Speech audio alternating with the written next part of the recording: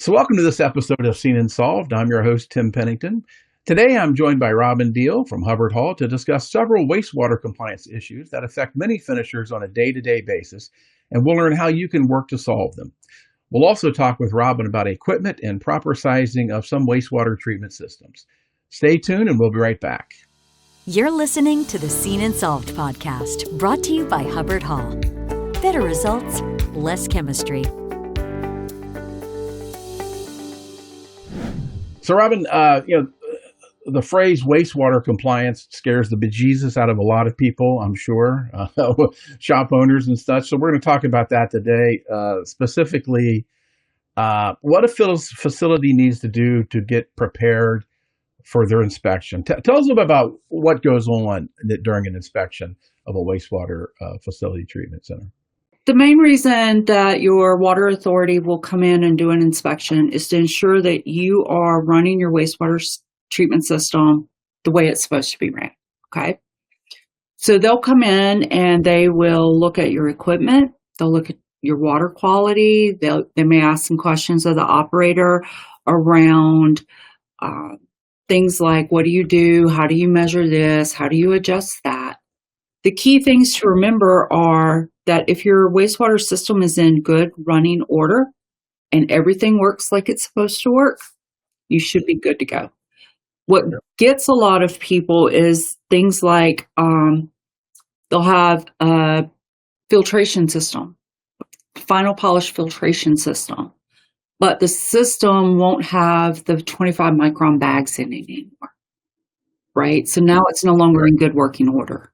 Or their caustic feed pump will be encased in sodium hydroxide crystals, and you can't even really see the pump anymore because there was a leak and the hydroxide just took over the pump. Things like that.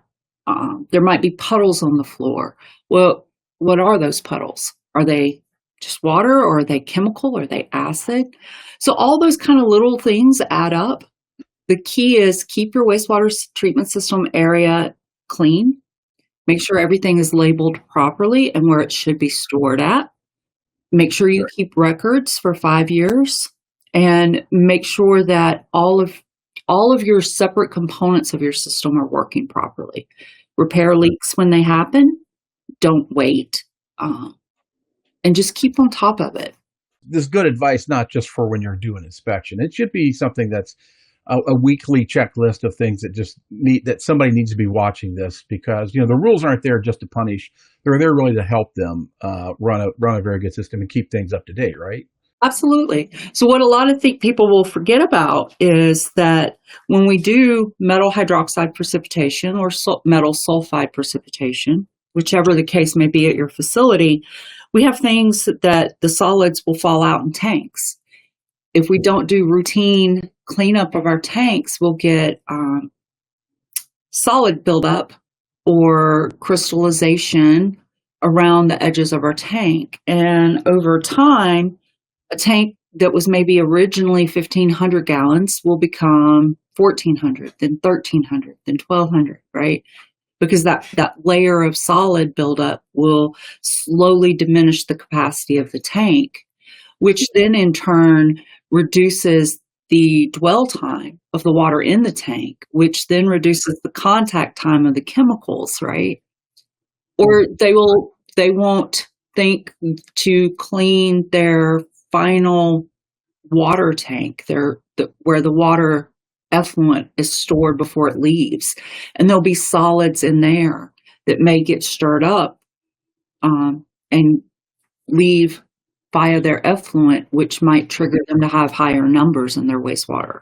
I know there's different levels of users, and what's defined as a significant industrial user these days? So a significant industrial user is someone who discharges 25,000 gallons of water or more a day.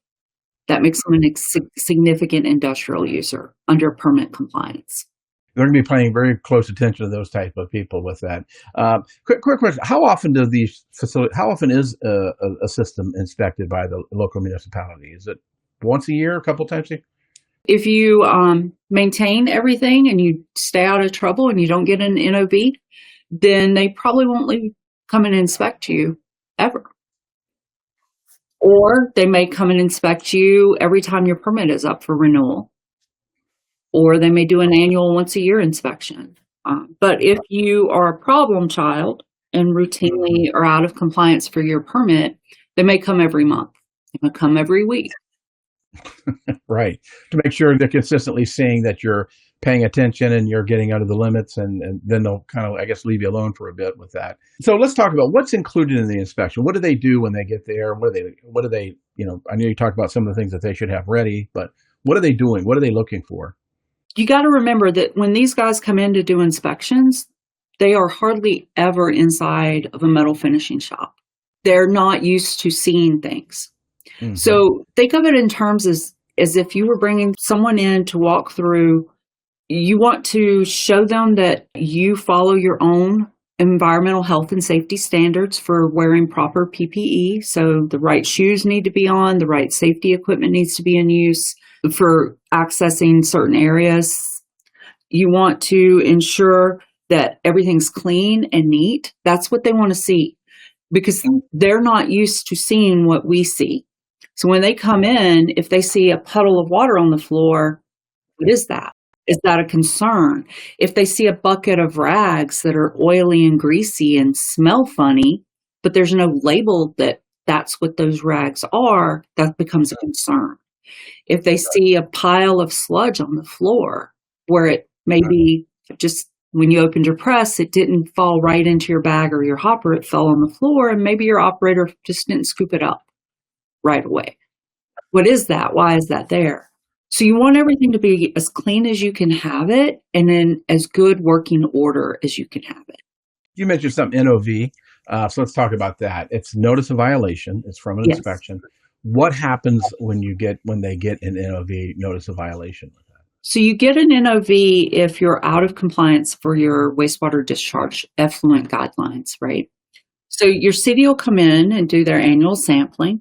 And again, we talked about making sure that your final water discharge tank is clean and that there's no solids leaving, because when they sample, they'll use nitric acid as a preservative for the water to ensure that the metals stay in solution, that they don't leach out into the bottle.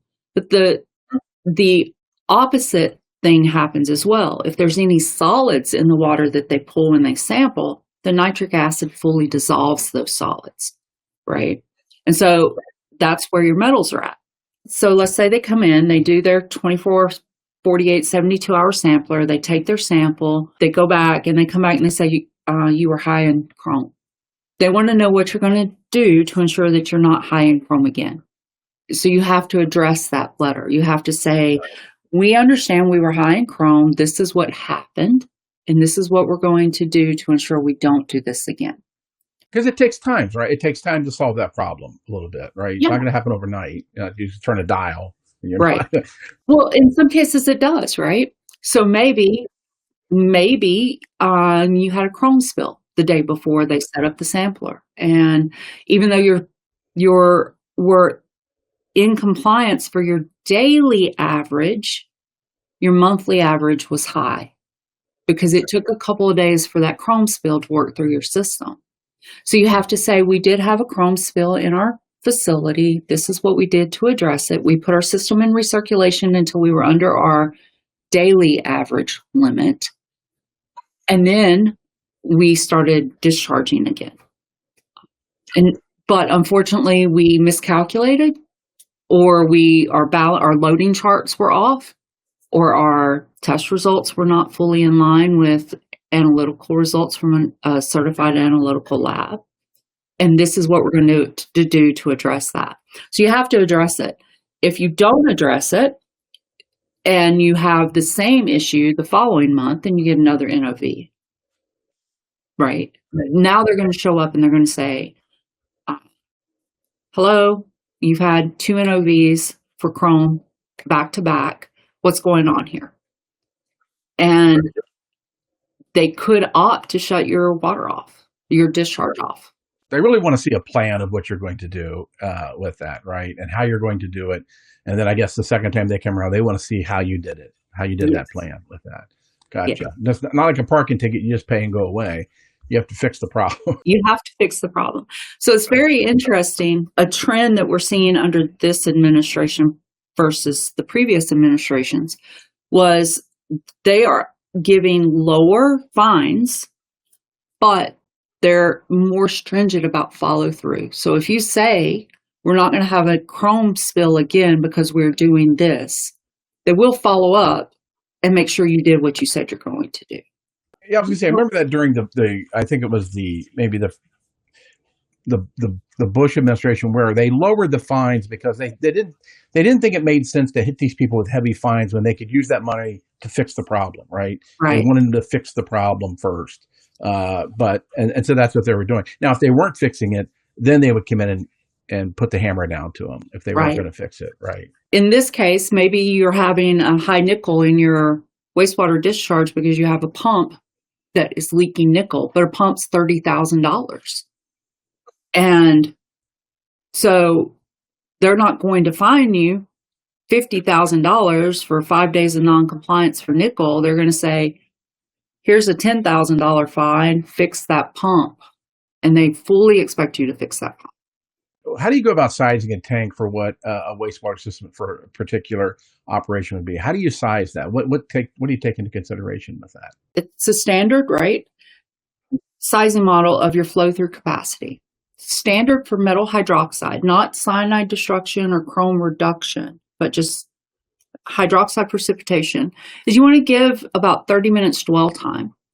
So you have to look at how much water is going to be flowing through your system and then calculate how long that water will stay in that tank before it exits the tank. And then you have to look at things like ensuring your tank isn't short circuiting, which means that the water is coming in and leaving before that 30-minute dwell time is up or chemical reaction time is up. There's a formula for calculating that dwell time based on your flow rates. But then you say, well, what's your flow rates? How do you know? If we're building a brand new system, Robin, how do we know what our flow rates will be?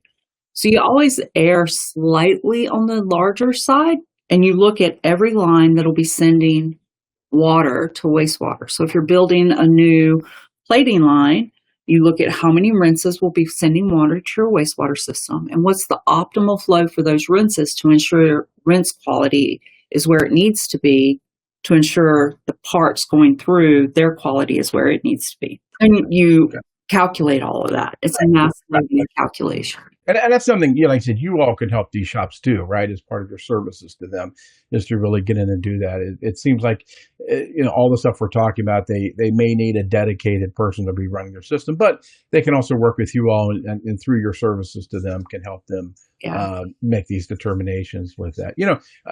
Do all shops need to have a wastewater operator license? Do they have to have one, or is that just some states, or how do they do it? So it is a state-by-state case, right? In North Carolina, where I live, and in South Carolina, you have to have a wastewater license equal to the level of plant you're running. So prior to coming to Hubbard-Hall, I did run a wastewater treatment facility at a metal finishing shop. And North Carolina has what's called a physical chemical wastewater license. And so you had to have the highest level to be the operator in charge of that plant, which was level 2. There's only 2 levels. But some states may not have that. There is a ebook you can download that shows you what licensings are available in what states and what states do reciprocity. So like North Carolina and South Carolina doesn't do reciprocity. When I was licensed in North Carolina, South Carolina wouldn't recognize my license, but Florida would.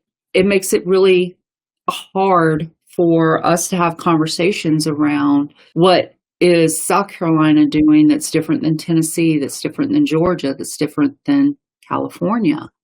Every state has their own level of licensing. Besides just having a license or having, with that, there's a lot to be learned still. Every day things are changing every day. And so it's good to have facilities kind of go towards that certification, because they need to be learning this continually. It's just not get your license and that's it. You know it all. It's just not going to happen. I mean, they really need to have a commitment to this to be successful, or to run or they might be running afoul of the local municipality, I would assume. Everything seems to be in a state of flux right now. So there's a lot of things that are up in the air. We're not sure where PFAS is going to land. We're not sure how the EPA is going to address iris testing, because they're saying that iris testing may not be the best method for determining toxicity of certain chemicals. They're pushing to retest chromium right now under the iris testing standards. The best thing a person can do is just stay ahead. Just constantly read, listen to the podcasts that come out, education. There's several free magazines that you can get concerning wastewater treatment. There's numerous podcasts outside of ours. You had given me one time a great list of newsletters that people can get, right? So I think they could probably reach out to you at your email, and you could send them that link, which is really great because it comes weekly and it just kind of highlights some things that they need to know. And I thought those were very good. Very good to have, to assign somebody on a facility to be sort of on top of that just to see those things. Those were helpful, definitely. So there's so many new advances in technology coming out right now, Tim. It is mind-blowing. There's things I think we've talked about on one of our podcasts about PFAS, about things like ball milling, bioaugmentation. They're looking at bacteria, not just to consume PFAS, but how else can we use it for oil removals and for BOD, COD, and nutrient loading removals. There's new advances in dewatering, new advances in wastewater recycling that we should and could be looking at to bring into our industry. Which again, I think really strengthens the reason why shops might want to, if they're not engaging people like you and Hubbard-Hall, they definitely should. Only because, like you mentioned, all the things that are going on, you all pretty much have a very good handle about this and can really assist people to getting to answers quickly or putting together a plan if that's what it needs to be with that. But definitely something that I think reaching out to you all, if they haven't already, and just seeing where all you can help them. Because as you said, technology is getting better. Regulations are becoming more stringent, but technology is getting a little better. And that's something that you all can really introduce them to a lot of technology, which would take care of some of these problems or help alleviate some of them. So you got to remember, effluent guidelines are set based on one of two practices: the best available technology or the best economic practice. Right. Yeah. And they're far apart right now. Yeah. As we advance technology and we drive the cost down for these technologies, then the best economic practice creeps up and they'll meet eventually. Definitely appreciate the time. I know we've got lots of topics we can talk about in the future, but Robin, I appreciate your expertise and your help with this. And if people need help, they should definitely reach out to you and Hubbard-Hall, and you'll be able to help them. But appreciate you joining us today. Thank you, Tim. It's always a pleasure speaking with you. Thanks for listening to Seen and Solved by Hubbard-Hall. For more episodes, visit hubbardhall.com or wherever you get your podcasts. Be sure to like and subscribe, rate and review, and join us on social media. Produced by Awcast.